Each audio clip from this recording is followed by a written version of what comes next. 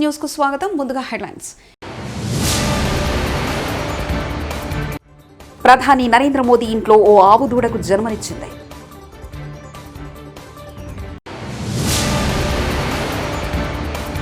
రేవంత్ రెడ్డి అసలు నువ్వు ముఖ్యమంత్రివేనా, నీకు అర్హత ఉందా? కేటీఆర్ ఘాటు వ్యాఖ్యలు.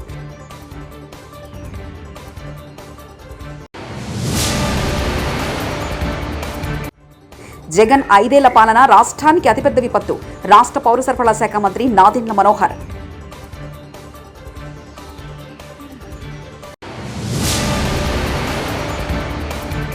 కేదార్నాథ్ యాత్రలో చిక్కుకున్న తెలుగు యాత్రికులు క్షేమం.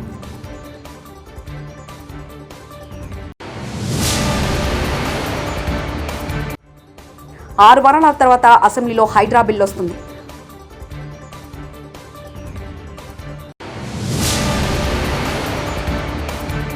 ఆరు నెలల్లో 2 రాష్ట్రాలకు 1,00,000 కోట్లు 100 కంపెనీలు తెప్పిస్తా కేఏ పాల్. ప్రధాని నరేంద్ర మోదీ ఇంట్లో ఆవు దూడకు జన్మనిచ్చింది. మోదీ ఆ దూడను దేవి విగ్రహం వద్దకు తీసుకెళ్లి ప్రత్యేక పూజలు నిర్వహించి శాలువా కప్పారు. నుదుటి మీద తెల్లటి రేఖతో పుట్టింది కాబట్టి దీప్ జ్యోతి అని పేరు పెట్టినట్లు ఆయన వెల్లడించారు. తన నివాసంలో దూడ కొత్త సభ్యుడిగా రావడంతో సంతోషాన్ని వ్యక్తం చేశారు ప్రధాని నరేంద్ర మోదీ.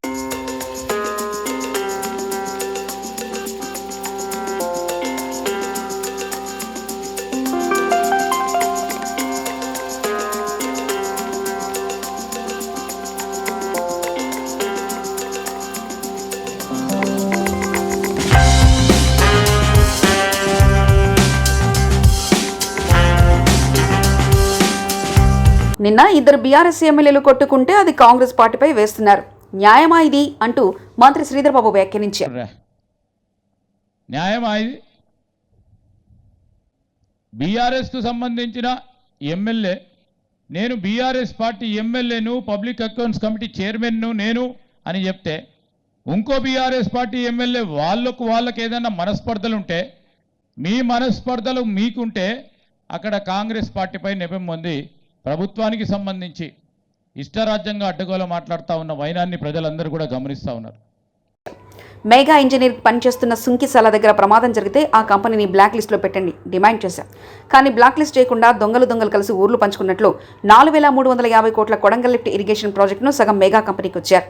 ఇంకొక సగం మంత్రి పొంగులేటి శ్రీనివాస్ సంస్థ రాఘవ కన్స్ట్రక్షన్ కు అప్పగించారంటూ కేటీఆర్ వ్యాఖ్యానించారు. ఎక్కడ పనిచేస్తున్నదో మెగా ఇంజనీరింగ్, దాన్ని బ్లాక్ లిస్ట్ చేయండి, వెంటనే ఎంక్వైరీ కాల్ఫర్ చేయండి, ఆ సంస్థను బ్లాక్ లిస్ట్ లో పెట్టండి. రాష్ట్రంలో ఒక్క వర్క్ కూడా ఇయ్యొద్దు. ఎట్లా ఇస్తారు అంత పెద్ద యాక్సిడెంట్ అయినాక? మరి దాదాపు 75-80 కోట్ల రూపాయల ప్రజాధనం నష్టం జరిగింది అక్కడ. వెంటనే ఎంక్వైరీ చేసి అధికారుల మీద చర్యలు తీసుకొని వాళ్ళను బలిపశువులను చేయడం కాదు, ఆ సంస్థను బ్లాక్ లిస్ట్ చేయమని చెప్పి డిమాండ్ చేసినాం. కానీ ఇలా పొద్దున వార్త చూసినా నేను, 4 రోజుల కింద కూడా నేను చెప్పా ఈ మాట, మళ్ళా కూడా చెప్తా ఉన్నా. 4 రోజుల కిందనే వార్తలు వచ్చినాయి, కొడంగల్ లిఫ్ట్ ఇరిగేషన్ కూడా మెగా ఇంజనీరింగ్కే కట్టబెడతారు, వాళ్ళకే ఇస్తారు అని. మరి ఈరోజే పొద్దున వార్త వచ్చింది, కొడంగల్ లిఫ్ట్ ఇరిగేషన్ ప్రాజెక్టును దొంగలు కలిసి ఊర్లు పంచుకున్నట్టు 4,350 కోట్ల రూపాయల ప్రాజెక్టు ముఖ్యమంత్రి సొంత నియోజకవర్గం. ఒక సంస్థ తన తప్పిదం వల్ల 75-80 కోట్ల రూపాయలు నష్టం జరిగే పని చేస్తే ఆ సంస్థను బ్లాక్ లిస్ట్ చేయాల్సింది పోయి ఈరోజు ఆ సంస్థకు తన సొంత కాన్స్టిట్యున్సీలోని పనిని సగం అప్పచెప్పిండు. ఇంకొక సగమేమో పొంగులేటి శ్రీనివాసరెడ్డి రాష్ట్రంలో మంత్రి, ఆయన సంస్థ రాఘవ కన్స్ట్రక్షన్ కు సగం. మరి ఇన్ని రోజులు రేవంత్ రెడ్డి గారు చెప్పిన మాటలు ఇదే, మెగా ఇంజనీరింగ్ గురించి, వీళ్ళ గురించి, కాంట్రాక్టర్ల గురించి చెప్పిన మాటలు, మరి అవన్నీ కూడా కల్లిబొల్లి మాటలు అన్న మాట ఇప్పటికన్నా ప్రజలకు అర్థమై ఉంటుందని నేను అనుకుంటా ఉన్నా. ఇన్ని రోజులు నోటికొచ్చినట్టు ఆంధ్ర కాంట్రాక్టర్లని, ఆంధ్ర వాళ్ళకి వర్కులు ఇస్తున్నాడు కేసీఆర్ అని, ఇన్ని రోజులు చిల్లర మాటలు ఏదైతే మాట్లాడినావో రేవంత్ రెడ్డి, చెంపలేసుకొని క్షమాపణ చెప్పాల ప్రజలకి. నీ సొంత నియోజకవర్గం కొడంగల్ లిఫ్ట్ ఇరిగేషన్ అనే ప్రాజెక్టు ఇవాళ ఏ సంస్థనైతే ఇన్ని రోజులు ఈస్ట్ ఇండియా కంపెనీ అని తిట్టినవో ఆ సంస్థకే కట్టబెట్టినవంటే నీ రంగేందో, నీ నైజమేందో, నీ నిజాయితీ ఏందో దీంతోనే బయటపడ్డదనే మాట నేను విజ్ఞప్తి చేస్తాను. నాతో పాటు రేవంత్ రెడ్డి, చంద్రబాబు నాయుడు ఇద్దరు అమెరికాకు వస్తే 6 నెలల్లో 2 రాష్ట్రాలకు 1,00,000 కోట్లు 100 కంపెనీలు తెప్పిస్తారు. రేవంత్ రెడ్డి అనే డబ్బులు ఖర్చు పెట్టి అమెరికాకు వెళ్లాడు. ఎన్ని కోట్లు పెట్టుబడులు పెట్టారంటూ, ఆ పెట్టుబడులు ఏవి అంటూ కేఏ పాల్ వ్యాఖ్యానించారు. 6 నెలల్లో 1,00,000 కోట్లు తెలంగాణకి, ఆంధ్రప్రదేశ్కి 1,00,000 కోట్లు, 100 కంపెనీలు 6 నెలల్లో.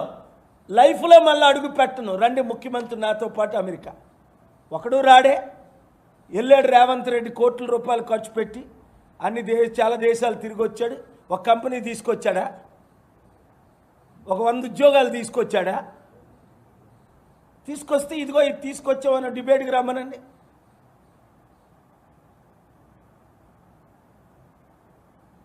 టోటల్ ఫెయిల్ అయిపోయారనే బాధ. ముఖ్యమంత్రి రేవంత్ రెడ్డి వస్తానని చెప్పి విదేశాలు 9 నెలలు అయినప్పటికీ కంపెనీలు తీసుకురావడానికి, సీఈఓలు కలవడానికి, ప్రెసిడెంట్లు కలవడానికి ఆయన రాలేదు. తెలంగాణలో హత్యలు, మానభంగాలు ఏమైనా జరిగాయా? ఏం జరిగిందని శాంతి భద్రతల్లో రోడ్డెక్కి అరుస్తున్నారంటూ మంత్రి పొన్నం ప్రభాకర్ అన్నారు. ఇక్కడ నువ్వు ఇంటికాడికి స్వేచ్ఛగా ఏం శాంతి భద్రత హత్యలైనాయా, మానభంగాలైనాయా, ఏం జరిగినాయి? వట్టిగానే శాంతి భద్రతని రోడ్డెక్కి వరుతా ఉన్నారు. ఏం జరిగింది అలా? రేవంత్ రెడ్డి, అసలు నువ్వు ముఖ్యమంత్రివేనా? నీకు అసలు అర్హత ఉందా? ఒక ఎమ్మెల్యే ఇంటి మీదకి అరకపొడి గాంధీ రౌడీలాగా వాహనాలు వేసుకుని వెళ్తుంటే వారికి పోలీసు వాళ్ళు ఎస్కార్ట్గా వచ్చారు. గత 10 ఏళ్లలో ఎలాంటి దాడులు ఎప్పుడూ జరగలేదు. హోంమంత్రి తన దగ్గరే పెట్టుకునే రేవంత్ రెడ్డి శాంతి భద్రతలు కాపాడలేకపోయారంటూ కేటీఆర్ వ్యాఖ్యానించారు. ప్రశ్నిస్తే ఆయన ఇంటి మీదకి పోలీస్ ఎస్కార్ట్ పెట్టి డీసీపీలు, అడిషనల్ డీసీపీలు, ఏసీపీలు, సిఐలు ఒక గేటెడ్ కమ్యూనిటీ లోపలికి ఒక 50-100 మంది గూండాగాలు చొచ్చుకొని వచ్చి ఇవాళ ఒక ఎమ్మెల్యే ఇంటి మీద దాడి చేసే పరిస్థితి ఇప్పుడే మేము చూసినాం. ఎమ్మెల్యే గారి ఇంటి మీద దాడి చేయడమే కాదు, వారి ఇంట్లో ఉండే పెద్దలు, వారి తల్లిదండ్రులు వచ్చినప్పుడు కానీ లేదా వారి మామగారు వచ్చినప్పుడు కానీ ఉండే ఆ రూమ్ మీద మొత్తం అద్దాలు బలగొట్టిండ్రు. అందులో ఉన్న పెద్దలకు ఏమైనా అయ్యింటే, ఏమైనా జరిగింటే, జరగకూడదు ఏమైనా జరిగింటే ఎవడు బాధ్యుడు? రేవంత్ రెడ్డా? లేకపోతే ఇక్కడ దాడి చేయడానికి వచ్చిన ఆరికపూడి గాంధీ? ఈ రకమైన గూండాగిరి, ఈ రకమైన దౌర్భాగ్యం హైదరాబాద్ 10 ఏళ్లలో ఎన్నడూ లేదు. ఒక ఎమ్మెల్యే ఇంటి మీదనే దాడి, అది ఒక ఎమ్మెల్యే ఇంటి మీదకి దాడికి వస్తుంటే ఫ్యాక్షన్ సినిమాల్లో చూపెట్టినట్టు కార్లకెళ్లి బయటికి ఏలాడుకుంటా 20 బండ్లు పెట్టుకుని లైవ్ పెట్టుకుంటా ఆడికెళ్లి ఇటు దాకా పోలీస్ ఎస్కాట్ లో వచ్చిరంటే చేతగాని ఒక హోంమంత్రి, చేతగాని ముఖ్యమంత్రి ఈరోజు రాష్ట్రానికి ఉండడం వల్లనే ఈ దౌర్భాగ్యం దాపురించింది. అసలు రేవంత్ రెడ్డి, నేను అడుగుతా ఉన్నా, నువ్వు ముఖ్యమంత్రివేనా? అసలు నీకు అర్హత ఉందా?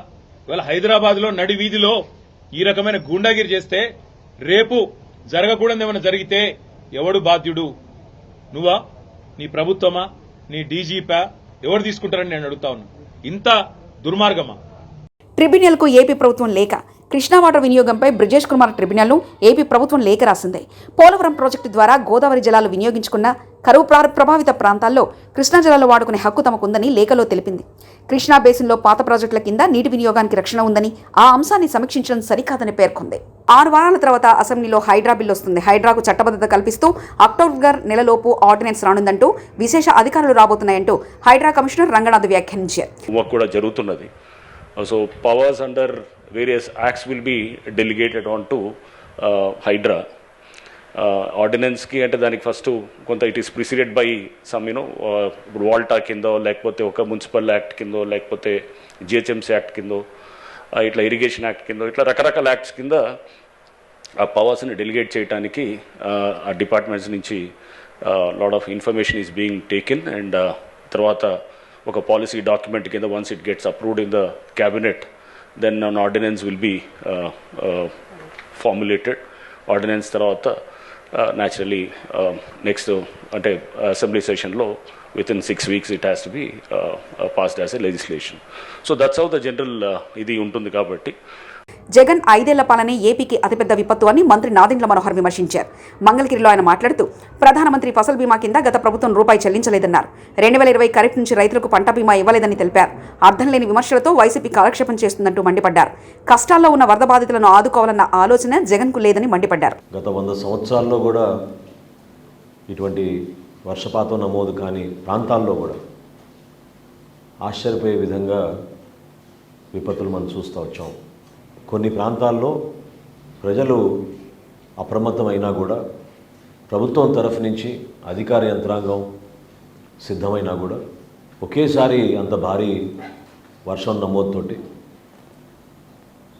దిగువ ప్రాంతాల్లో ఉన్న ప్రజలు తీవ్రమైన ఇబ్బందులకు గురవుతున్నారు. విజయవాడ నగరంలో మనం చూసాం ఏ విధంగా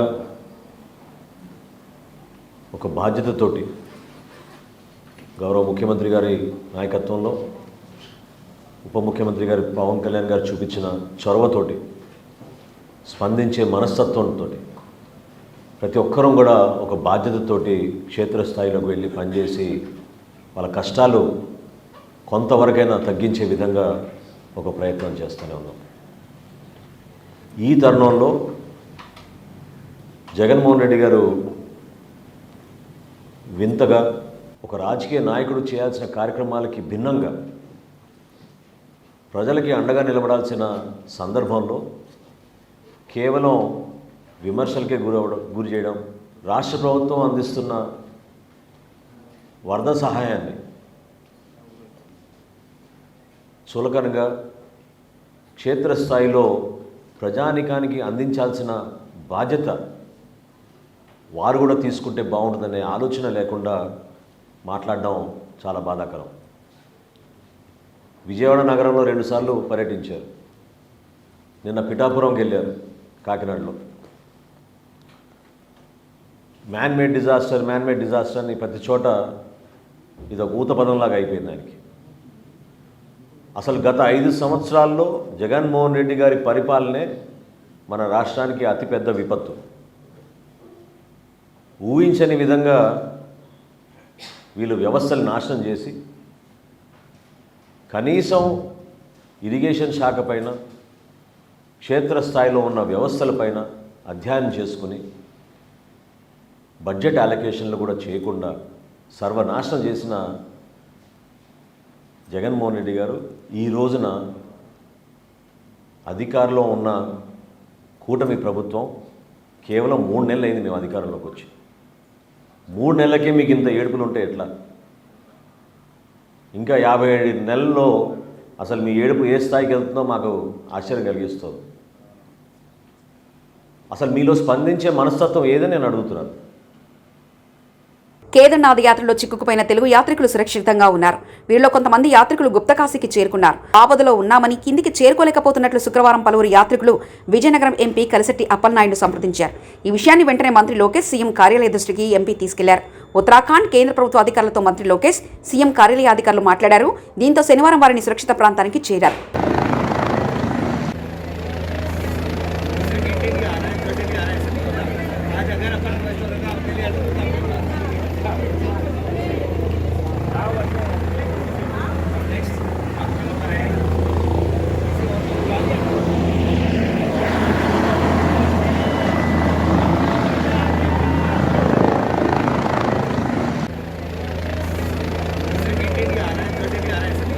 ఖైరతాబాద్ మహాగణపతి దర్శనానికి శనివారం భక్తులు పోటెత్తారు.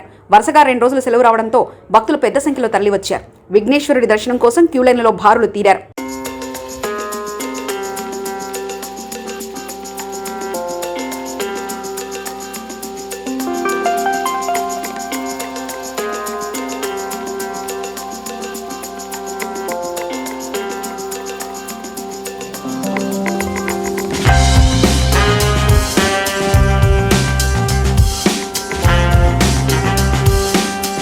వరద బాధితులకు ఉచితంగా మందులు పంపిణీ.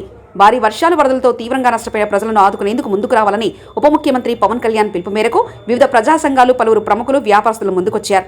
మేము సైతం అంటూ మానవత్వం చాటుకున్నారు. సేవా కార్యక్రమాలు చేపడుతున్నారు. విజయవాడ ప్రాంతానికి చెందిన డీడీ రెమెడీస్ ప్రైవేట్ లిమిటెడ్ అనే సంస్థ వరద బాధితుల సహాయార్థం 40 లక్షల విలువ చేసే ఎమర్జెన్సీ మందుల కిట్లు పంపిణీ చేసేందుకు ముందుకొచ్చింది. మందులతో కూడిన మెడికల్ వ్యాన్ను శనివారం జనసేన పార్టీ కేంద్ర కార్యాలయం వద్ద శాసనమండలి సభ్యులు పిడుగు హరిప్రసాద్ జెండా ఊపి ప్రారంభించారు. విజయవాడలోని వైద్య శిబిరాల్లో ఈ కిట్లను అందుబాటులో ఉంచనున్నట్లు డీడీ రెమెడీస్ సంస్థ ప్రతినిధి వెల్లడించారు. ఈ కార్యక్రమంలో జనసేన పార్టీ కార్యక్రమాల నిర్వహణ కమిటీ కన్వీనర్ కళ్యాణం శివశ్రీనివాస్, పార్టీ ప్రకాశం జిల్లా అధ్యక్షుడు శ్రీశేఖ్ రియాజ్, పార్టీ నేతలు మండలి రాజేష్, చోటిశెట్టి చంద్రశేఖర్ తదితరులు పాల్గొన్నారు. ప్రధాని నరేంద్ర మోదీ ఇంట్లో ఓ ఆవు దూడకు జన్మనిచ్చింది.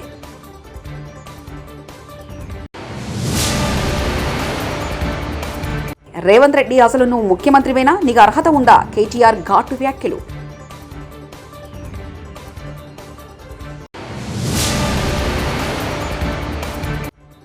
జగన్ 5 ఏళ్ల పాలన రాష్ట్రానికి అతిపెద్ద విపత్తు. రాష్ట్ర పౌర సరఫరాల శాఖ మంత్రి నాదెండ్ల మనోహర్.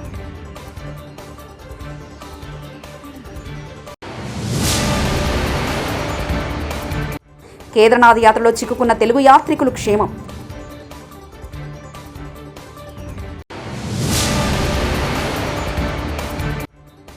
ఆరు వారాల తర్వాత అసెంబ్లీలో హైడ్రా బిల్ వస్తుంది.